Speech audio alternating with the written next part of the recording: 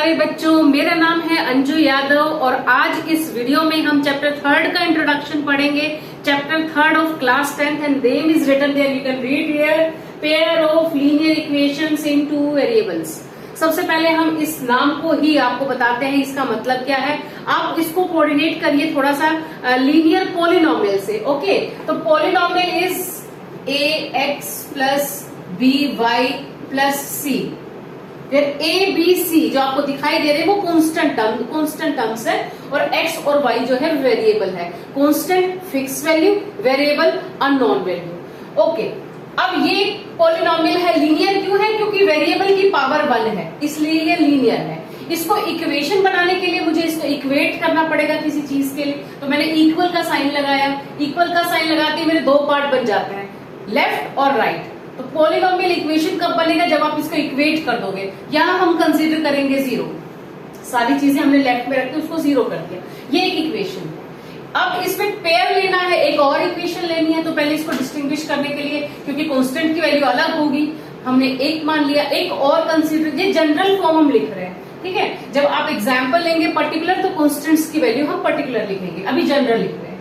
दूसरा बनेगा a2x plus b2y plus c2 is equal to 0। तो आपने पेयर ले लिया, पेयर मतलब दो इक्वेशंस ले लिया आपने। नाउ अब ये हमने ले लिया, ये चैप्टर का नाम है, 2 वेरिएबल्स भी आ गए x और y, और आपने पेयर ऑफ लीनियर इक्वेशंस भी ले ली। अब कभी भी जब किसी समस्या को सोल्व करते हैं, कोई आपको प्रॉब्लम होती है, इसको सोल्व करते हैं हम, तो यहाँ प्रॉब्लम क्या है? ये तो कांस्टेंट वैल्यू है, फिक्स वैल्यू है। प्रॉब्लम क्या है? Variables x and y। तो इसके सोल्यूशन का मतलब है कि you have to find out the value of x and y। अच्छा, इस चैप्टर में हम कौन कौन से मेथड पढ़ेंगे? पहला हम पढ़ेंगे, मतलब क्या है कि x और y निकालने के मेथड्स इस चैप्टर में हम पढ़ेंगे। पहले वाले का नाम है ग्राफिकल मेथड। ग्राफिकल मेथड मतलब with the help of graph आप x और y की वैल्यू निकालेंगे, ऐसी x और y की वैल्यू जो दोनों इक्वेशन को सेटिस्फाई करे। सेटिस्फाई करने का मतलब x और y की वैल्यू ढूंढनी है ताकि हम पुट करें तो लेफ्ट साइड और राइट साइड बराबर हो जाए, उसको हम सोल्यूशन बोलेंगे, वो वैल्यू को, ठीक है। तो वो एक बार हम ग्राफिकल ग्राफ बना के उसको सोल्व करेंगे। दूसरा मेथड ये है, इसका हम सब्स्टिट्यूशन मेथड पढ़ेंगे। सब्स्टिट्यूशन मेथड पढ़ेंगे, इसको पूरा अच्छे से एक्सप्लेन करेंगे, इसकी पूरी एक एक्सरसाइज है। थर्ड मेथड होगा इसका एलिमिनेशन मेथड। एलिमिनेशन मेथड, ये मैं सिर्फ आपको नाम इंट्रोड्यूस कर रही हूँ, हर एक मेथड पे अलग वीडियो आएगा। और चौथा पहले होता था, अभी इस सिलेबस से हट गया है, क्रॉस मल्टीप्लीकेशन मेथड।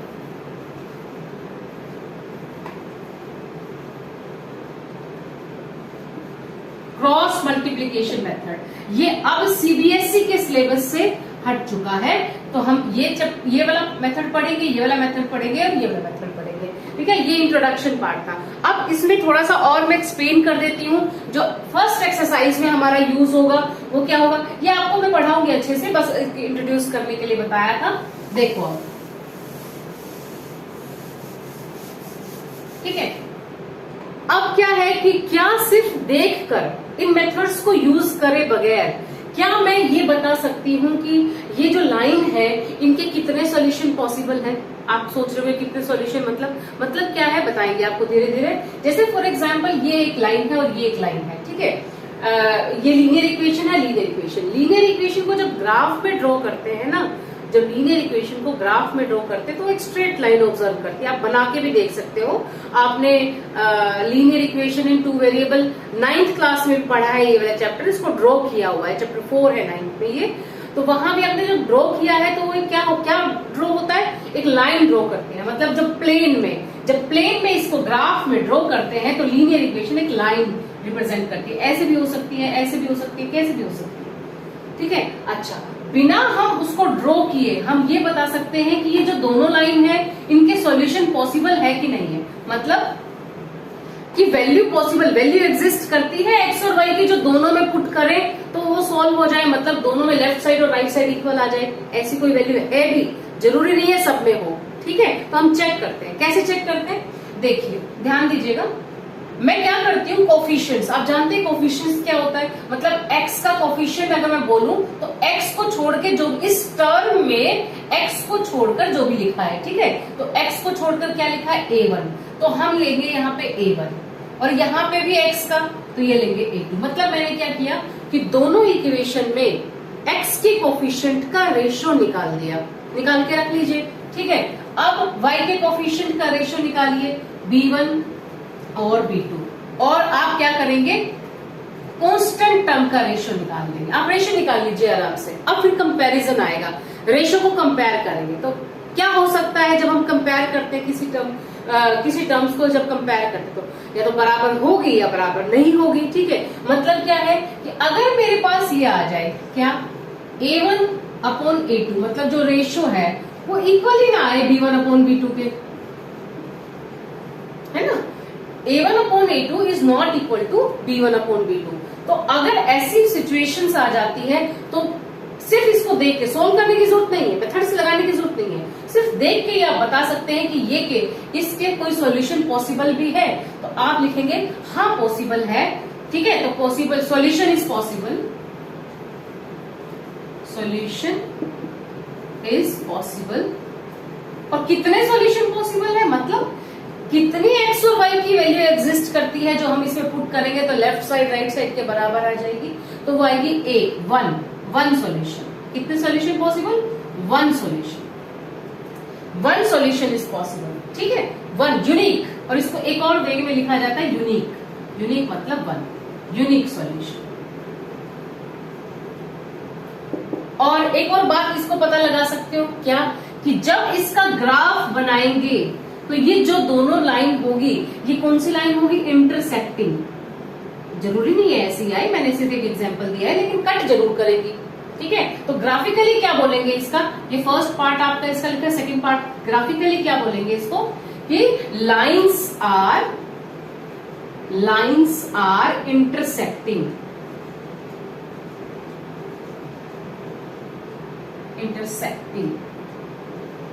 मतलब जब तुम इसका ग्राफ बनाओगे, सॉल्यूशन इसको ड्रॉ करोगे, दोनों लाइन कट करेंगी एक पॉइंट पे, इंटरसेक्टिंग, लाइंस आर इंटरसेक्टिंग, ठीक है। तो आपने दो चीजें ऑब्जर्व की, क्या, one solution is possible, one solution मतलब यूनिक सॉल्यूशन इज पॉसिबल, और अगर ग्राफिकली अगर हम ड्रॉ करें तो लाइंस आर इंटरसेक्टिंग, तो ये लाइंस क्या होंगी, इंटरसेक्टिंग होंगी। अच्छा, एक और टर्म पूछी जाती है, कंसिस्टेंट और इनकंसिस्टेंट।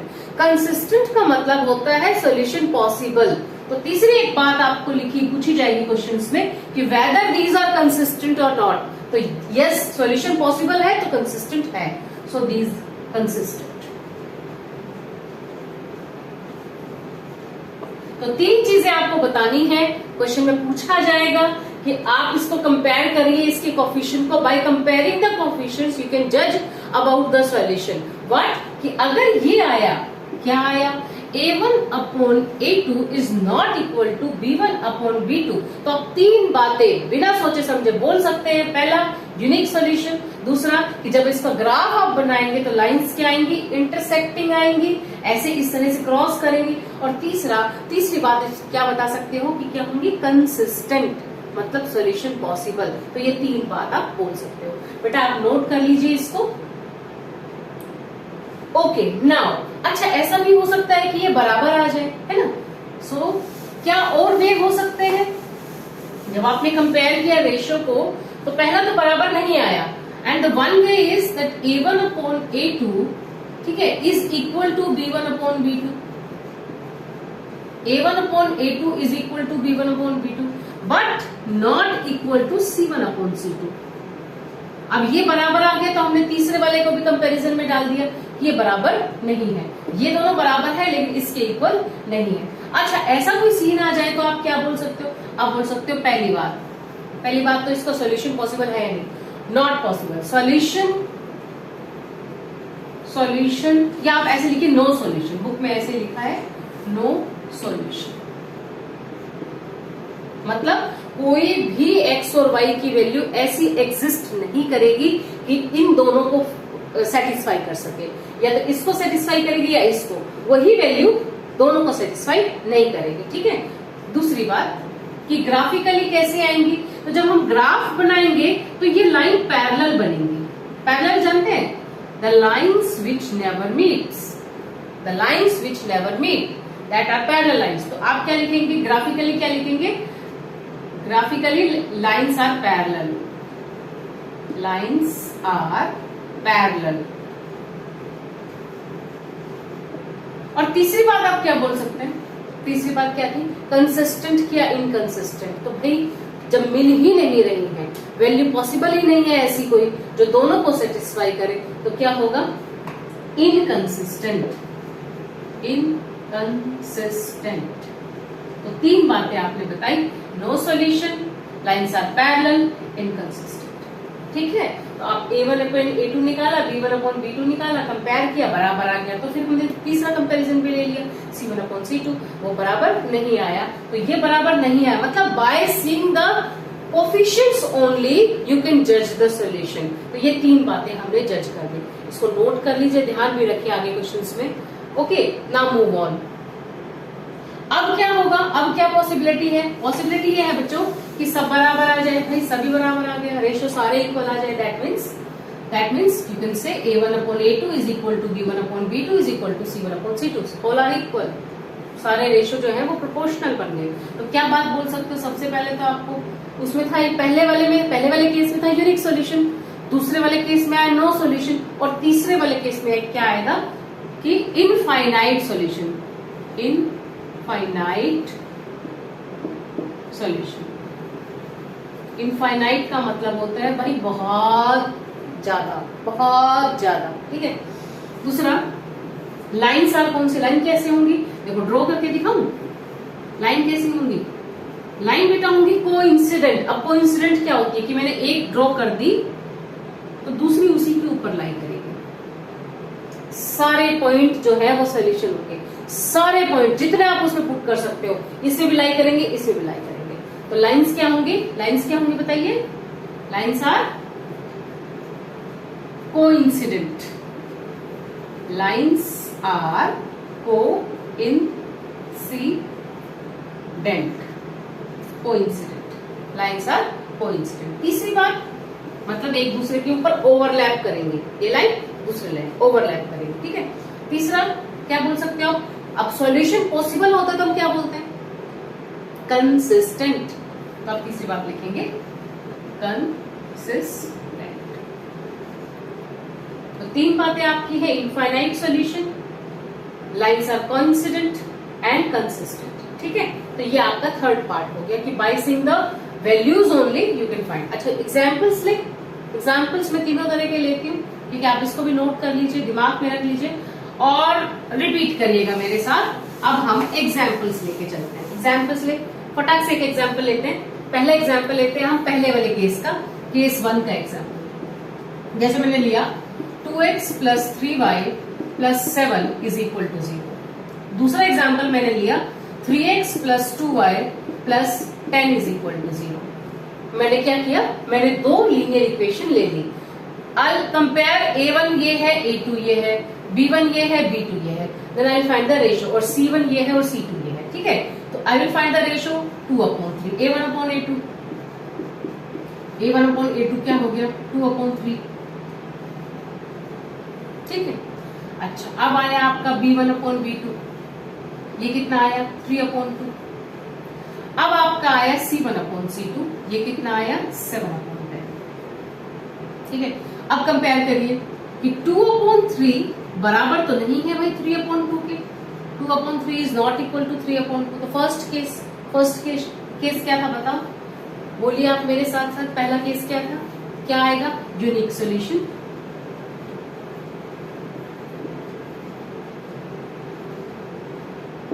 दूसरा कि जब आप इसका ग्राफ बनाएंगे तो क्या आएगा इंटरसेक्टिंग लाइन, हाँ इंटरसेक्टिंग लाइंस। और तीसरी बात क्या था भाई, सॉल्यूशन पॉसिबल है, consistent. So in this way you can find the कि क्या बनने वाला है, इसके सॉल्यूशंस में क्या पॉसिबल, नोट कर लीजिए बच्चों। ठीक है, अब सेकंड केस, अब देखो सेकंड केस बनाते हैं। ठीक है, आपने नोट कर लिया होगा ऑल्सो। सेकंड केस बनाते हैं। सेकंड केस क्या होगा कि ऐसा भी हो सकता है कि इस तरह से बन जाए, क्या बन जाए, ये 4x ले लो और इसको 6y ले लो और यहाँ पे 10 ले लो। ठीक है, अब रेशियो निकालो 2/4। 2/4 क्या बना बच्चों, a1/a2 क्या बना, 2/4 कट कर लीजिए, सिंपलेस्ट वे में लिखिए 1/2। b1/b2 लीजिए, कितना बना 3/6, क्या बना 1/2, बराबर आ गया। और c1/c2 अगर हमने लिया तो बन जाएगा 7/10। ठीक है, अब रेशियो कंपेयर करो, 1/2 is equal to 1/2, that is not equal to 7/10। a1/a2 is equal to b1/b2 is not equal to c1/c2। Get it? तो कौन सा केस बना, सेकंड वाला केस क्या बोलता है भाई, इसके सॉल्यूशन पॉसिबल नहीं है, नो सॉल्यूशन। दूसरी बात कि कैसी लाइन बनेंगी, पैरेलल लाइंस। ठीक है, और तीसरी चीज क्या बनेगी, तीसरी बात क्या बनेगी इसमें, क्या है, सॉल्यूशन ही पॉसिबल नहीं है तो क्या होगा, इनकंसिस्टेंट।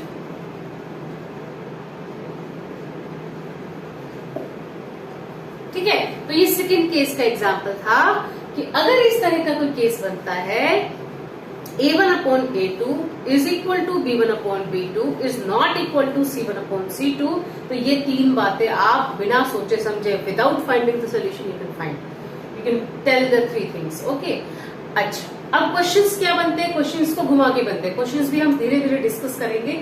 ये ऐसा टॉपिक है जो आपके एमसीक्यू में जरूर आता है। आप पिछले 5-6 साल का पेपर उठा लीजिए, उससे पहले का भी उठा लीजिए, इस तरह का क्वेश्चन आपको 100% पेपर में मिलेगा। आप प्री बोर्ड ले लीजिएगा, आप अपने होम एग्जाम्स ले लीजिए या फिर बोर्ड ले लीजिए, ये मिलेगा आपको। पैटर्न बताऊंगी कैसे कैसे हो सकते हैं, बट द वे, और ये जो 3 चीजें मैं बता रही हूँ उन्हीं के बेसिस पे होगा। ठीक है, अगर आप अपना बेस कंप्लीट कर लेंगे, बेस को स्ट्रॉन्ग कर लेंगे तो आप हर क्वेश्चन को टैकल कर लेंगे। Now move on the third part. Third part क्या बोलता है, थर्ड पार्ट इसी के अकॉर्डिंग आप बना भी सकते हैं। ठीक है, देखिए जैसे मैं बना रही हूँ आप क्वेश्चन भी बना सकते हैं। कैसे बनाएंगे, इसको लिखेंगे for example 6x + 9y + 21 is equal to 0। आप देखो a1/a2 लो, 2/6, काट लो भाई, कटिंग कर लो, सिंपलेस्ट वे में लिखो। b1/b2 लीजिए, 3/9, कटिंग करिए, and c1/c2 is equal to 7/21, that is equal to 1/3. So you are observing that a1/a2 is equal to b1/b2 और is equal to c1/c2, तीनों में बराबर आ गया। तो 3 बातें बोलते हैं हम, क्या बोलिए मेरे साथ, इनफाइनाइट सॉल्यूशन, याद कर लीजिए इसको, मेरे साथ ही याद कर लीजिए, इनफाइनाइट सॉल्यूशन। ठीक है, दूसरा क्या, पैरेलल ग्राफिकल रिप्रेजेंटेशन क्या बनेगी इसकी, तो ग्राफिकल रिप्रेजेंटेशन क्या बनेगी, कोइंसिडेंट लाइंस। कोइंसिडेंट लाइंस मतलब एक के ऊपर एक, overlapping. Get it? Now third is consistent, solution possible, consistent. ठीक है, तो ये आप बोल सकते हो। फिर से बता रही हूँ, ये टॉपिक इंपॉर्टेंट है, इस टॉपिक पे आपको एग्जाम में क्वेश्चन बनेगा। ये 3 चीजें अगर आपको आती है तो क्वेश्चन जो है वो क्वेश्चन की फॉर्म चेंज हो जाती है। जैसे इसमें कोई ऐसा अननोन क्वांटिटी डाल देंगे और बता देंगे कि भाई इनफाइनाइट सॉल्यूशन है और यहाँ एक वैल्यू आपको अननोन दे दी, के दे दिया और बोल दिया find the solution. Infinite solution के लिए के का वैल्यू क्या होगा, या फिर एक आपको इक्वेशन दे दी और दूसरी इक्वेशन 4 ऑप्शंस दे दिए कि इनफाइनाइट सॉल्यूशन में से कौन सा पेयर पॉसिबल है। ठीक है, तो इस तरह से क्वेश्चन बदल के ये क्वेश्चन मैं अगली वीडियो में आपको लेकर आऊंगी, एक्सरसाइज कराएंगे पहले और फिर उसके बाद ऐसे क्वेश्चंस को डिस्कस करेंगे। ये चैप्टर बहुत इंपॉर्टेंट है आपके एग्जाम पॉइंट ऑफ व्यू से, तो इसको बहुत अच्छे से तैयार करिए, ये बेस जरूर तैयार करिए। नेक्स्ट वीडियोस में आपको सॉल्यूशंस एक्सरसाइज के मिलेंगे और जो 3 हमने मेथड आपको बोले हैं, कौन कौन से, सब्स्टिट्यूशन मेथड, एलिमिनेशन मेथड और एक ग्राफिकल मेथड, ये तीनों के सॉल्यूशंस भी आपको नेक्स्ट वीडियोस में धीरे धीरे बताएंगे। इस वीडियो को बहुत बार देखिए, अच्छे से अपना बेस तैयार कर लीजिए और चैनल को सब्सक्राइब कर लीजिए। Thank you.